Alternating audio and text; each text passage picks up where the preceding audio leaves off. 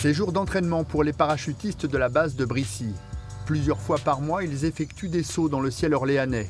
Objectif, acquérir des automatismes et tester le matériel. L'exercice terminé, direction le centre air de saut en vol. Ça va Tommy? Ça va, ça va. Okay. Pas trop de problèmes avec les parachutes là, qui reviennent de la séance? Non, il y en avait un qui n'avait pas de sac, mais j'ai retrouvé ce qu'il fallait et je l'ai remis sur... C'est ici que tout le matériel nécessaire aux parachutistes est mis en conformité. Avec comme première mission le nettoyage de ces grandes voiles de plusieurs dizaines de mètres carrés qui réservent parfois quelques surprises.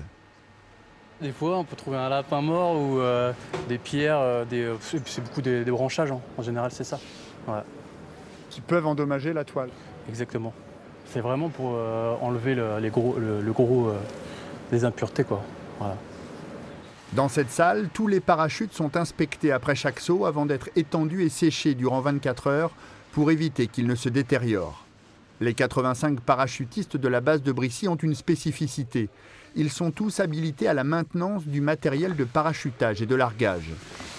L'une de leurs missions principales, plier les parachutes. En fait, j'écarte toutes les parties de la voile pour la remettre à plat, pour pouvoir après la rentrer dans le sac.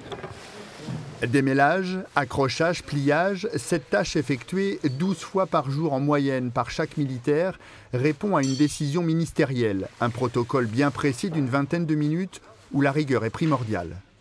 Bien sûr que oui, parce qu'il y a quand même une vie qui est suspendue sous la voile, donc c'est très important. Un travail minutieux contrôlé 5 fois durant le pliage du parachute, avec une priorité.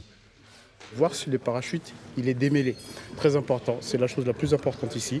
C'est-à-dire qu'un parachute qui n'est pas démêlé, c'est un parachute qui ne s'ouvrira pas. C'est le sergent Yann qui dirige la manœuvre. Il est celui qui autorise les parachutes à retourner en vol. Une vocation tardive pour cet ancien soldat de l'armée de terre.